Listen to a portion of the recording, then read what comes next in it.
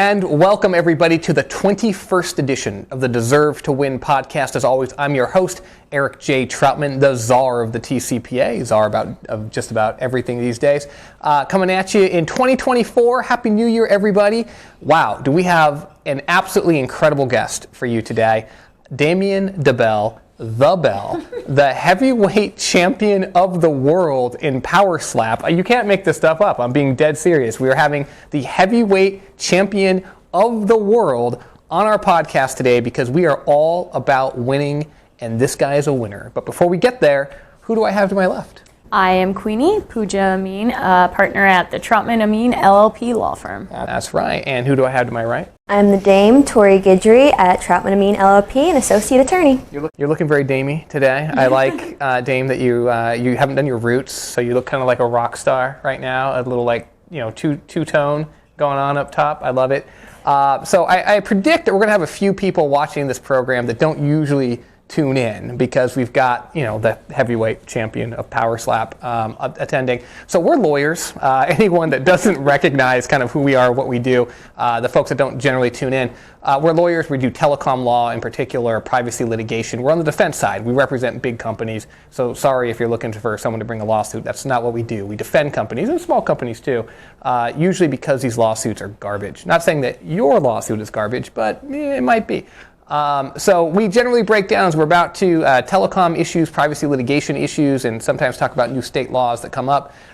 It is unusual for us to have popular sports figures on our program, but I got to tell you, I'm just a big fan of Power Slap. I think it's a really cool program. It speaks to me because I just don't know much about fighting, but I know hitting somebody or taking a hit. I've been there a couple of times. So if you like to see guys who are really kind of very competitive and are willing to be really tough, it's a heck of a cool sport. I think it's really cool. There's great stories there. I think a lot of the personalities of these guys is pretty compelling too.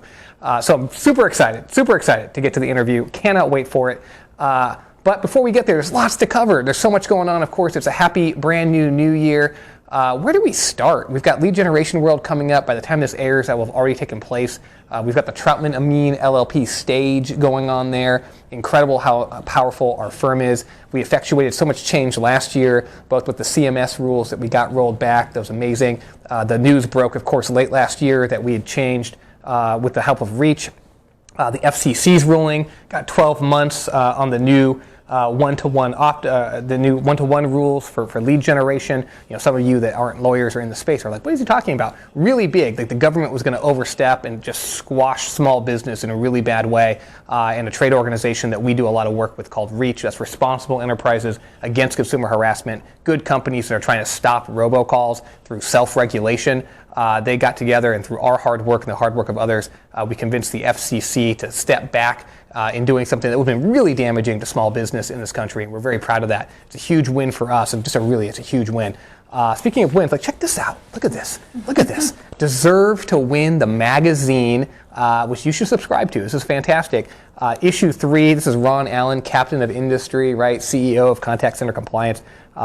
He's got a special interview in this, and we've got, of course, a bunch of great articles. So issue 3 now available. You guys should be checking out the swag store, troutmanamin.com/swag. Of course, you can get this cool hat.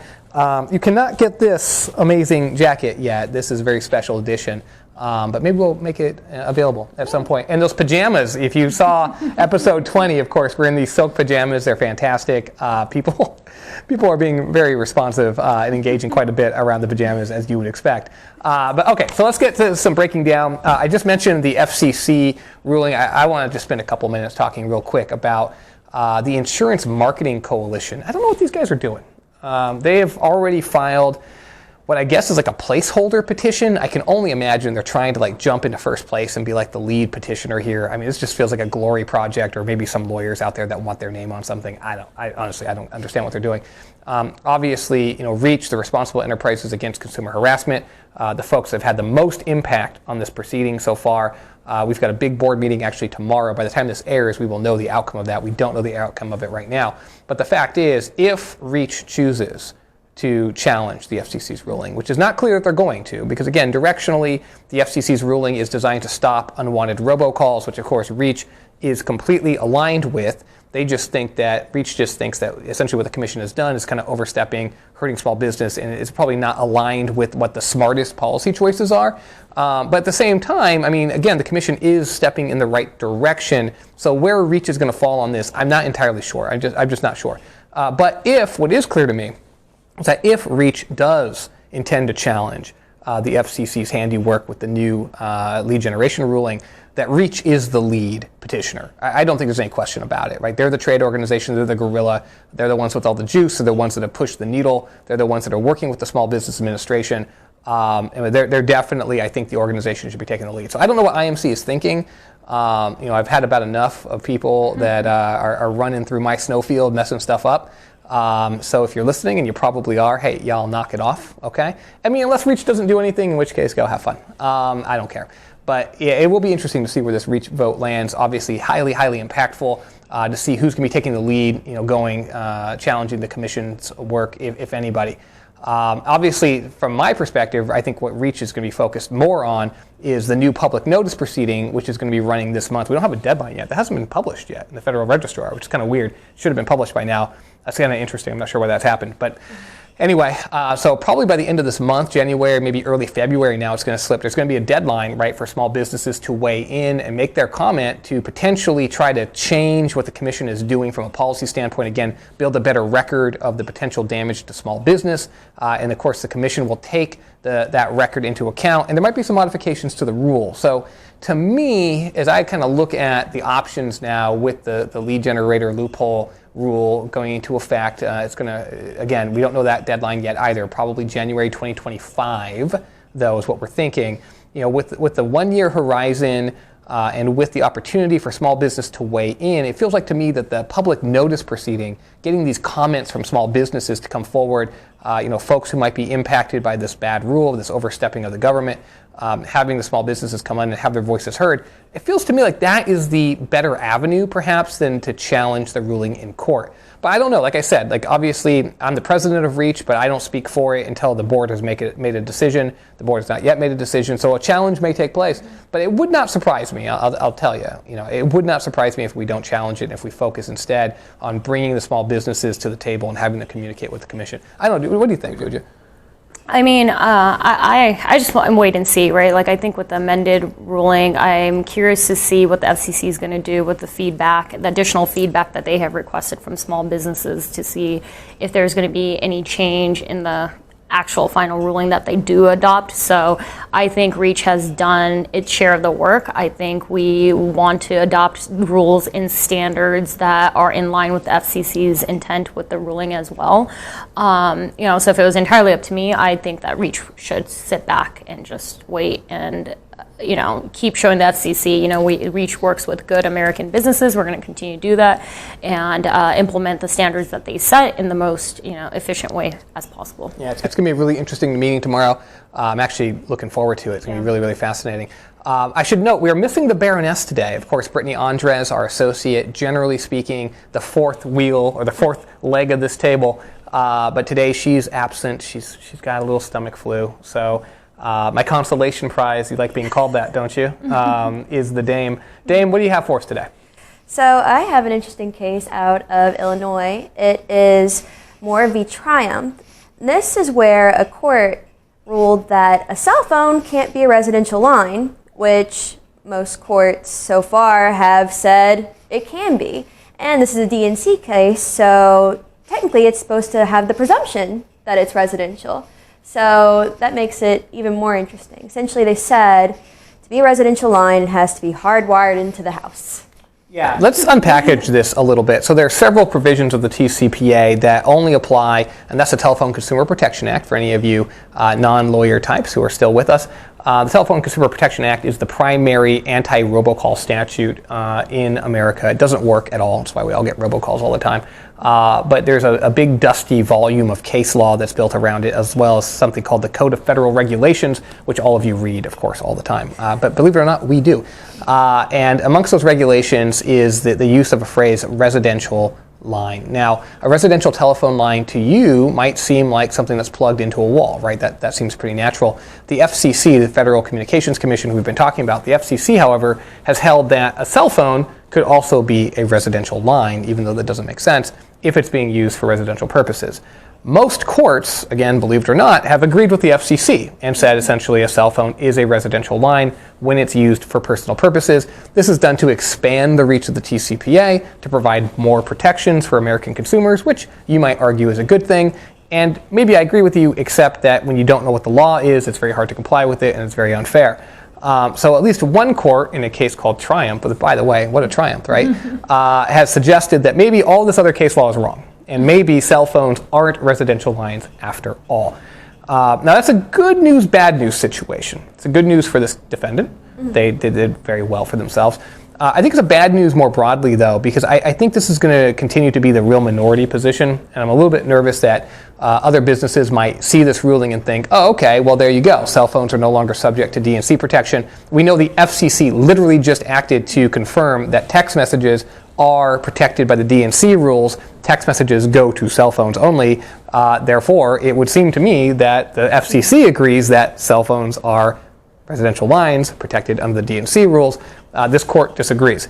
So big win, big news, triumph, as it were. There's probably like some power slap connection there. They power slapped the defendant. No, I'm going to not go there again. But in seriousness, it's a big win. It's a fantastic win, fantastic ruling for the defendant. I'm not sure where this is going to land, though, in the big picture. What do you think?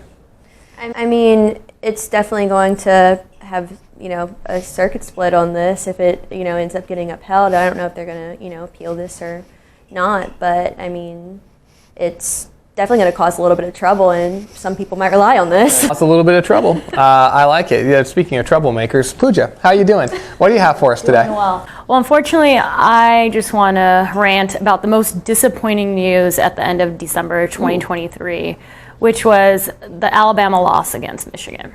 For the record, that was January 1st. January 1st. Okay. No, really, though. The actual news I was trying to report from December 31st. Actually, December 31st, 2023, the Utah Privacy Act went into effect. If you recall, the Utah Privacy Act was enacted in March 2022. So now it's completely in effect. So, businesses operating in Utah need to pay attention to this new Utah Privacy Act. As you folks know, and as I've been reporting, states are continuing to enact new privacy bills, and we're predicting there's going to be more and more in 2024 up until 25 and 26. States have already, came out with their proposed bills.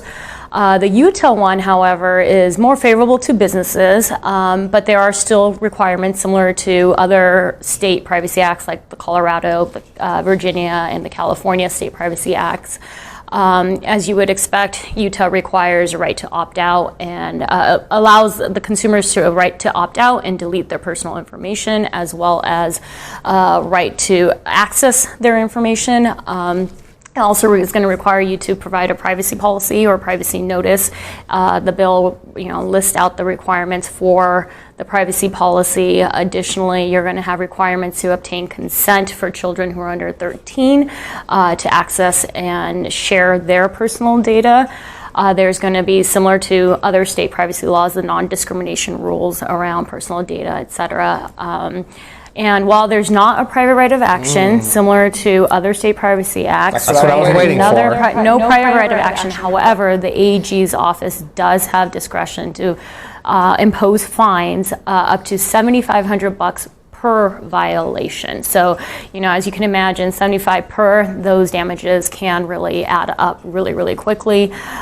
Utah, though, not a haven of consumer protection activity at the AG level. It doesn't feel like to me. Am I wrong? Well, I'm glad you, one thing I forgot to mention is the threshold requirements for the Utah Privacy Act are different than the previous states, such as Colorado, California, and Virginia, and the thresholds are actually higher. And I think, Utah's intent in its Privacy Act was for it not to apply to certain businesses. And, there's protections for smaller businesses with the higher thresholds.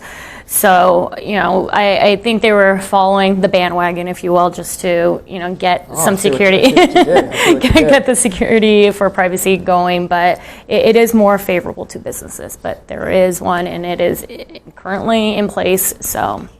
Well, I've got a bandwagon for all of you to jump on. We're super excited to introduce, through the power of the Troutman Amin LLP law firm, Damien Dibbell, the Bell, the heavyweight champion of the world for Power Slap. And now, through the power of the Troutman Amin firm, nobody hits harder than we do, except maybe this guy, the heavyweight champion of Power Slap, for goodness sake, Damien Dibbell, the Bell, live on our show, man. Welcome, man. So good to have you. Thank you for having me, man. I always appreciate the opportunity to come on to a new podcast and, chop it up with some new people. Oh, dude, I'm so excited. So you're a monster. We're going to talk about kind of what you've been doing recently on the Power Slap program, which I love this show. But I want to start with your background, not as an athlete, but actually as a student and somebody that's looking to become an attorney. Can you just kind of tell us so far, like how far you are on that road and like what interests you in becoming an attorney? So I'm actually just graduating. I'm currently just saving up to actually afford law school because, y'all know that's not cheap. So, I'm just trying to slowly save up and put away dollars and pennies whenever I can to go there. But I did graduate my bachelor's, and honestly, it's just been, my parents are really the biggest inspiration for me doing that. My mother came over as an immigrant. My dad was a first generation citizen, and they've always pushed me to go further in my education and try to find a way to give back to the community in any way possible. And being a lawyer is just, I don't know, it's, for me, a lot of my family like now say I'm weird about it, but it's such an interesting thing, like seeing the law develop and all the facets that it pertains to, like in your life, like how everything is involved in the law somehow, some way. That to me, it's just really interesting to learn about. So that's the biggest reason I'm doing it. I love it, man. And you said it just right. I mean, the law is the bedrock of society, right? It's the line between human and animals, ultimately, although very few people recognize just how important the law is in their life. And it also is the noblest profession. I mean, it really is the one way that you can make a mark. You can help really pursue justice and equality and all the good things that we need more of in our society. As an attorney, you have a tremendous ability to effectuate change. So I love the interest, man. I love that you're driving toward that goal. Sincerely, if there's anything we can do to be of assistance, don't be shy, man. Ask us. We're all experienced attorneys. We walked our own road, and we're happy to help people to walk that road too.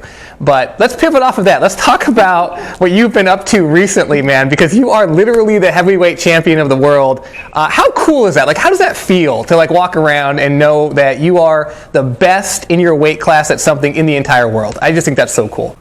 It's honestly just hard to like even wrap my own head around it, and it's been months. It's been months since this happened, but it's hard to just like to be that person. No, I'm the best. There's in my division in this sport. That's no question, no argument. Just I'm the best at the heavyweight division, and that's me. And it's just hard to like wrap your head that you've actually made it to that point. You're actually number one, and you're actually just there defending your title of being the best. I love it. So look, we're attorneys of, I think we characterize ourselves in the heavyweight division as well. And we are, we've established ourselves as the best in kind of what we do as well, which is a very limited thing. Now, when you become an attorney, you'll understand there are generalists, and these people can be very capable, but then when you get to a really highly specialized area of law, there's only a handful of people that really do it at the highest level. And in our area, telecom and privacy litigation, like it's us. And then it's a step down, in my opinion, to everybody else. So that's why, I love having a peer. What we do is very different, but nonetheless, there's a lot of actually similarities between being a champion, no matter what you do, and the hard work that goes into something. We'll talk about that here in a second. But first, let's just orient folks, because there's probably some people that watch our podcast. They're like, "What the heck is Power Slap? Like, what are you guys even talking about?" Can you, in your own words, just kind of break down, what is the essence of this sport? For me, the essence of Power Slap is literally just dueling in modern day. Like, we're not allowed to use guns, we're not allowed to throw fists or nothing, but it's the highest form of like just 1v1 dueling that you could get in professional combat sports at this point, because you're literally just standing there trading solid blows and eating solid blows. There's no deflecting, there's no blocking, there's no hiding, there's no running. If you like action, just action on action on act, this sport is for you. Like it's just action packed fun. I love this sport so much.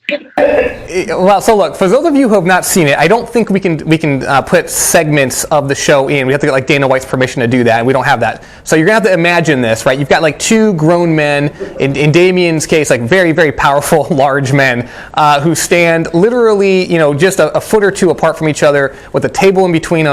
And there's a couple of rules. It's not as barbaric as it's about to sound, but essentially what you do is you take your hand and you place it up to your competitor's face, and you pull back, and you just hit them, open palm, you just hit them as hard as you possibly can.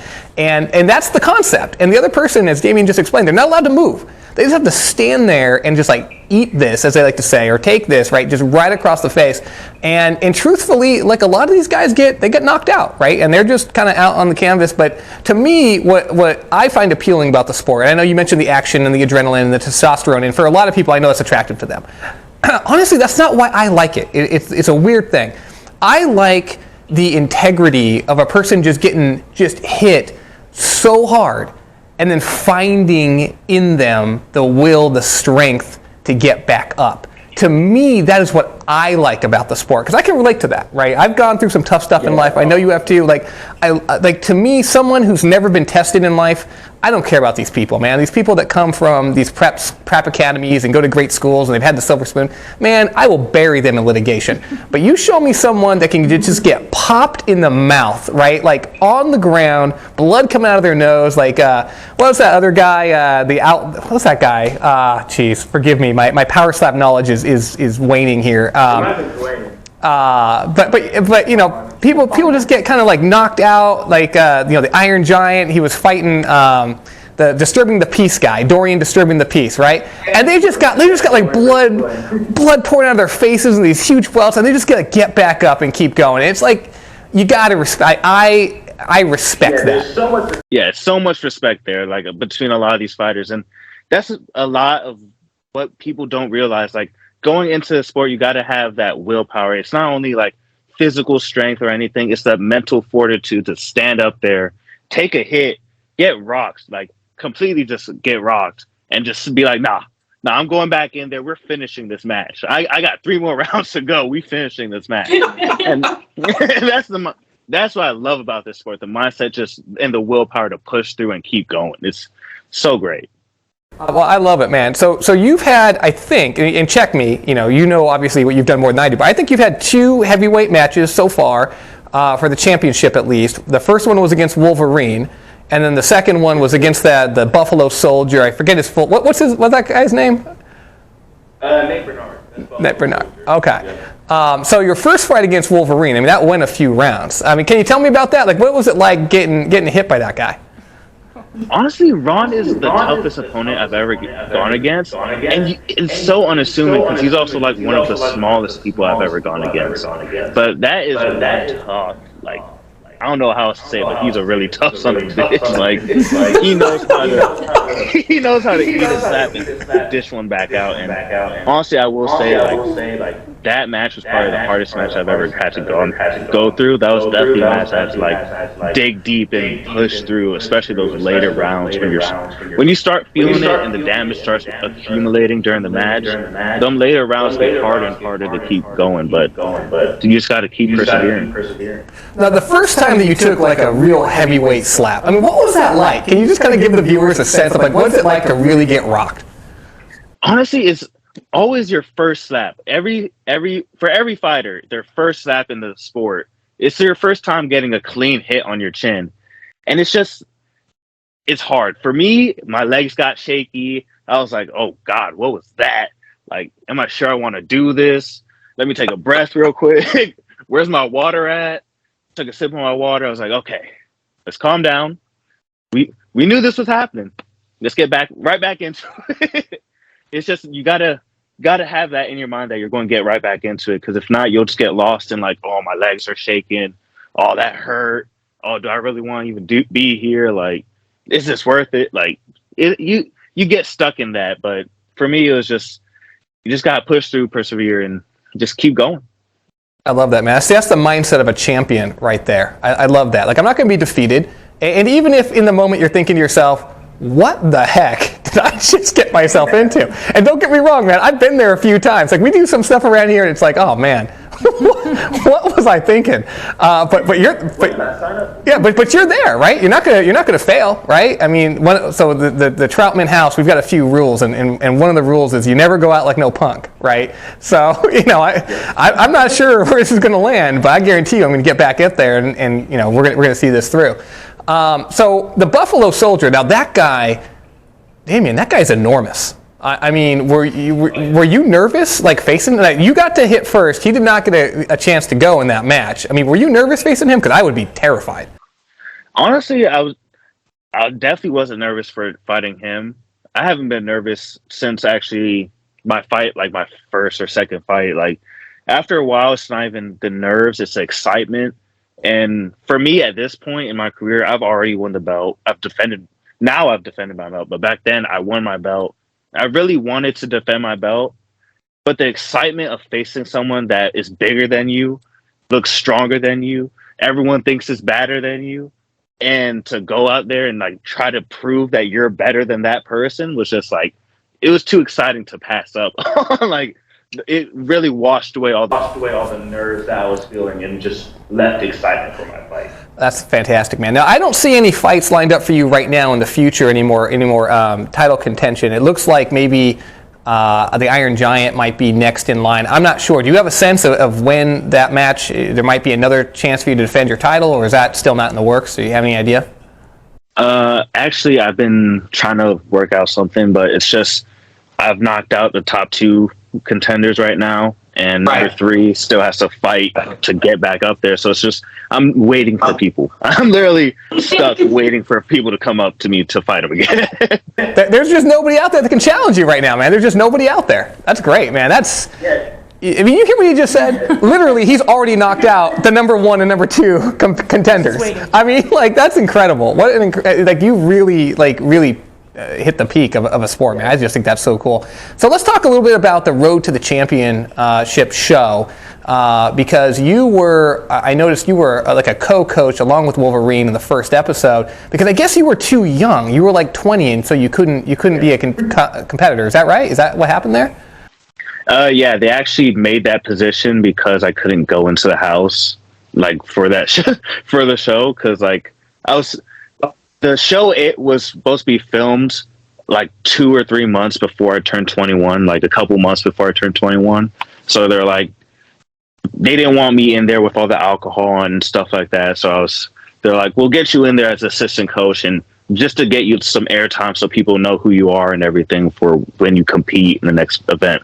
Because they really wanted me to compete and to like start building my credibility, but I was too young for the show, so they had to like make that spot for me, which I think was. How did they find you? Like, how did you show up on the show to begin with? Me, Ron, Darius, and Frank the Tank came over from Sat Fighting Championships.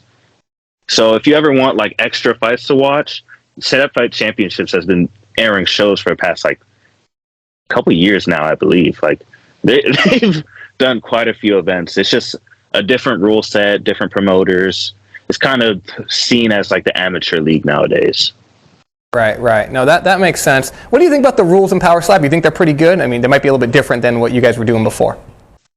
There's a couple rules that I definitely would change. Like the stepping was the biggest thing that me and the other older guys that have been doing this for a while, like, really butted heads with some of the producers about, because like when the sport first started, they were allowing some things, but then not allowing it for another fight. And then you could lift your ankle this time, and then the next event you couldn't twist your ankle. Like they were changing it up so much that it was like, just keep fighters' feet on the ground. Like that's what I try to do. I keep my feet firmly placed on the ground every time I slap.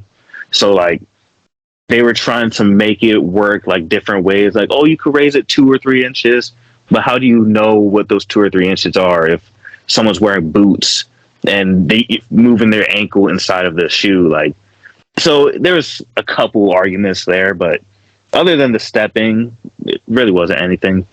Just got to helping get the refs and judges up to standard for like judging these fights. Because I ain't gonna lie, when we first started, them fights were looking rough. There was a lot of penalties. There was fouls everywhere. Dudes were clubbing, stepping, jumping. I'm pretty sure there was one event where someone literally was both feet off the ground slapping somebody. So yeah, so we've definitely worked out the kinks since then, but it's definitely cleaned up a lot. The judges are great now. The refs know what they're doing. It's really solidified, and even the fighters now are keeping each other in check because it's an integrity thing. It's an honor thing, as you said. Like, we all want fair, honest fights of just going back and forth. We don't want anybody, trying to play the rules to their favor. Well, I love that, and I'm glad you actually said that because, as a fan, as somebody that's actually watching the sport, and people are watching this like, Troutman, you're saying you're a fan of Power Slap? I really am. I'm telling you right now. Here I am, one of the most powerful lawyers in the country. I love watching the show for the reasons we described earlier, but I did notice some inconsistency in calling on the stepping, right? And it's like, wait a second, that's a foul, but that's not, but then that's a foul again. I mean, it really didn't look all that good in the earlier, Power Slap shows, but I think I agree with you. It's gotten a little bit more consistent. That's one thing I'd really like to see. I mean, I think, to me, there's confusion as to whether or not if you lift your heel after contact, if that's stepping or not. Sometimes they say it is, sometimes it's not. So it just leaves me a little confused as a fan, but it's neither here nor there. So who at in the Power Slap do you like right now? Who do you think is like cool, whether they're in the heavyweight or any other division? Like who are you a fan of, if anyone? Maybe you're just like, nah, I don't really pay attention to anybody else.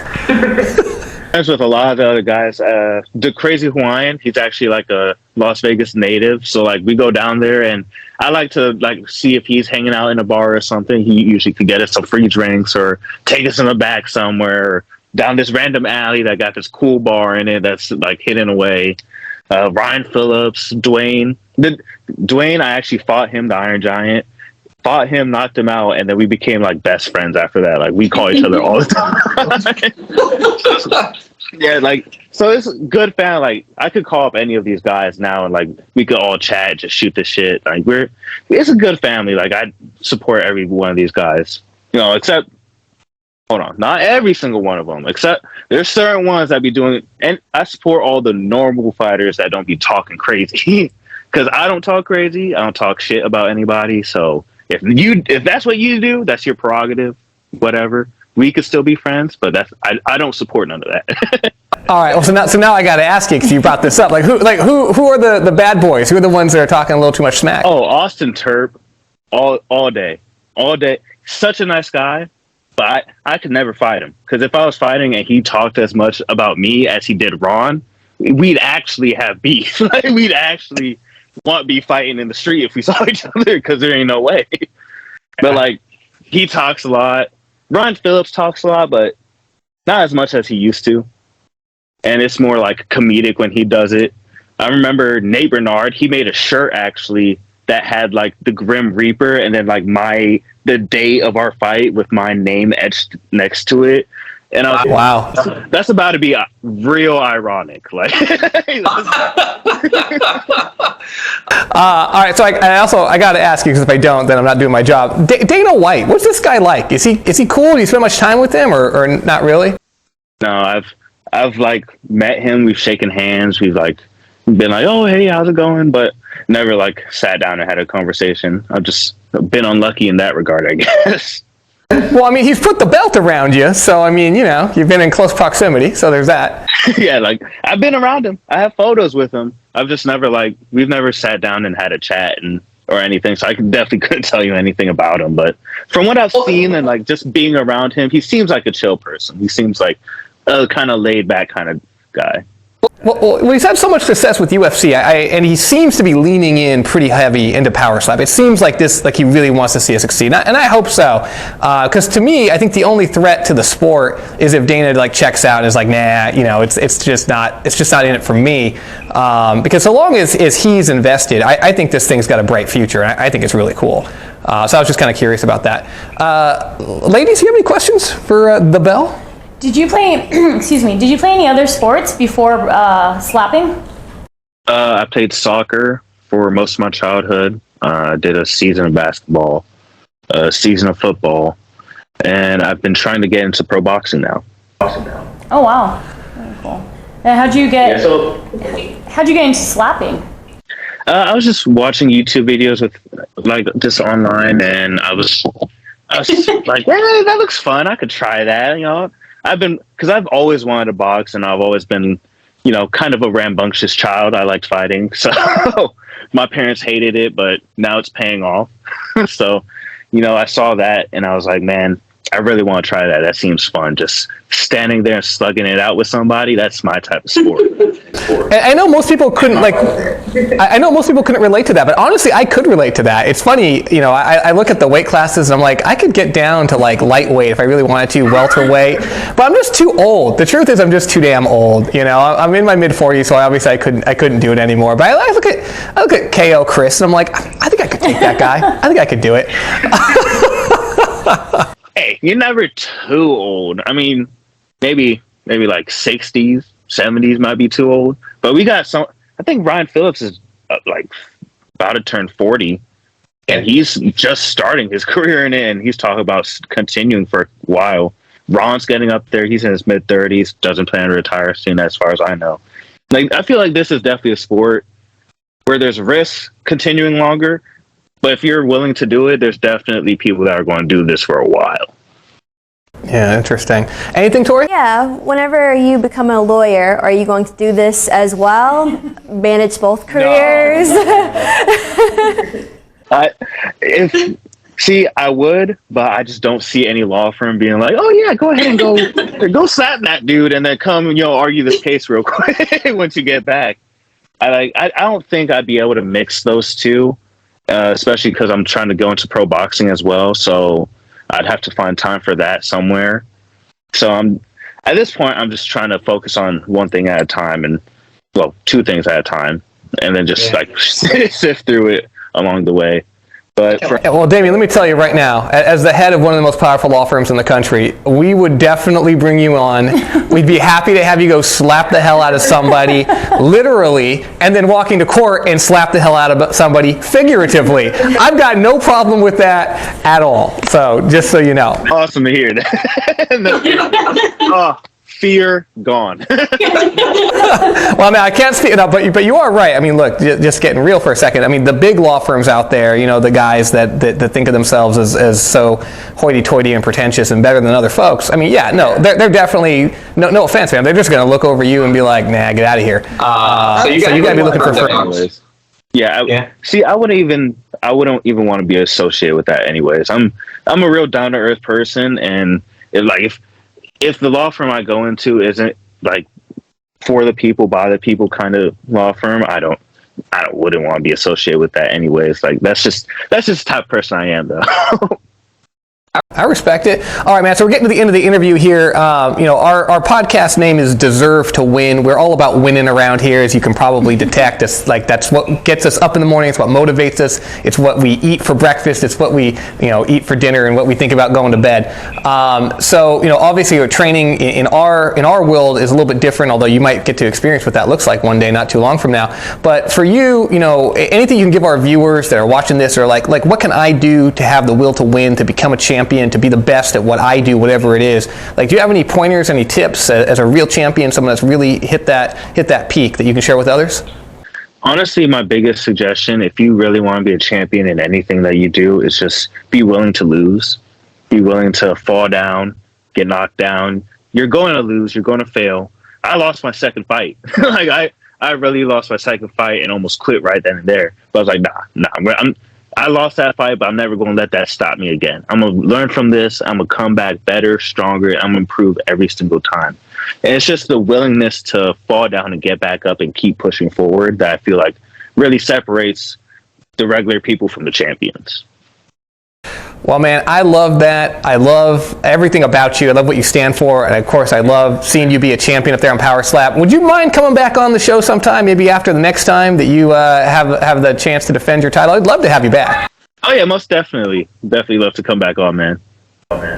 Well, dude, you're fantastic. Thank you so much. We wish you nothing but success and Happy New Year of 2024, man. Thank you. Happy New Year. See you too. How amazing was that? We literally, ladies, just had the heavyweight champion of Power Slap, the Bell, on our program. I feel like this is like exciting for me. Like, this is a really big deal. He is like kind of a celebrity. I've got a lot of thoughts here. I'm sure our viewers have a lot of thoughts. Pooja, why don't we start with you? What do you think? Well, what I loved about it is he relates so much to our firm and how we hire, right? As you know, Tori, what Eric and I are always looking for is talent, someone who is dedicated and committed to something other than just being a lawyer, right? You take Tori's background of being a previous dancer and a cheerleader, or you take my background being an endurance athlete, take Brittany's background, being a professional dancer as well. It's just amazing how much it can help you in the practice of performers. And he is obviously a true performer. I loved his story at the end about, you're going to get knocked down, you may lose, you just have to get back up, and that's what's going to make you, the champion. It reminds me of when I did my first ultra marathon.